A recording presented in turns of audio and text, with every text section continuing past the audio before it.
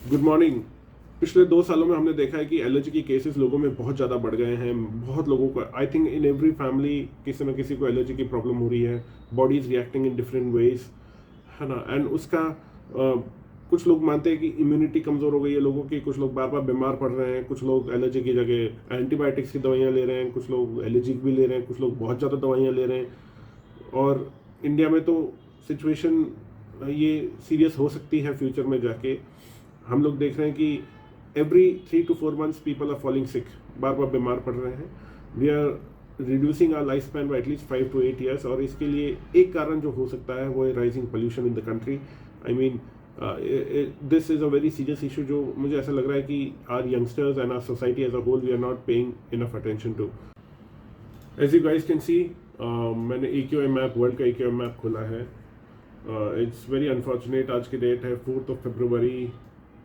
फिर भी most of India के शहरों में स्पेशली पोल्यूशन लेवल बहुत ज़्यादा है। होना उल्टा चाहिए कि कुछ शहरों में ज़्यादा हो तो मोस्ट ऑफ द कंट्री में कम होना चाहिए। आज का AQI level as of 4th of February 2024, you guys can see. जैसे एवरी आई एम ट्राइंग, मैं किसी पर्टिकुलर स्टेट उसकी बात नहीं करूँगा बट मेजर सिटीज़ की बात करूँगा। मुंबई, ये एक मिनट, ये 349 कहाँ दिखा रहा है? कोलाबा मुंबई में, it is very high, extreme, इतना कभी होता नहीं था। ये MP में भी कहीं पे है। Sector the industrial area 444, dangerous से बहुत ज़्यादा। दिल्ली में कहीं पे 200, knowledge greater Noida 200, very high AQI, है ना। 197, 180, पूरे दिल्ली में ही इट इज़ मोर देन 160, 175, है ना। इधर आते हैं जयपुर में 160, 157, बहुत बहुत ही बुरा हाल है। आई मीन ऐसा होना नहीं चाहिए। यूपी, आगरा, कुछ छोटे एरियाज में बढ़िया है। बरेली, मुरादाबाद में बहुत मच बेटर है। मथुरा में बहुत अच्छा है 61। बट ये बड़े जो सिटीज़ हैं, आगरा, लखनऊ, ग्वालियर, है ना। फिर ये हम आते हैं पटना, बहुत बुरा हाल है। कोलकाता, बहुत बुरा हाल है। जो भी हमारे बड़े शहर हैं ना, उन सब का ये बुरा हाल है। Let's go to South India. Chennai, बहुत बुरा हाल है, 222, है ना।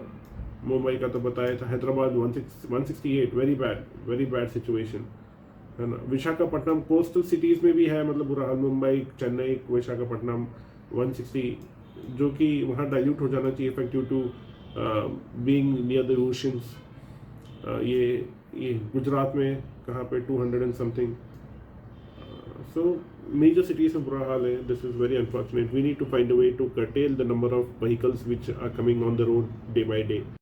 वॉट आई फील इज, अगर ऐसा ही चलता रहा तो सिचुएशन ऐसा हो सकता है कि काफ़ी लोगों को लंग कैंसर भी हो सकता है अगले 5 सालों में। और लंग कैंसर के केसेस बढ़ सकते हैं आफ्टर 5 to 6 years। वो जो इफेक्ट होगा वो 5 से 6 साल बाद दिखेगा।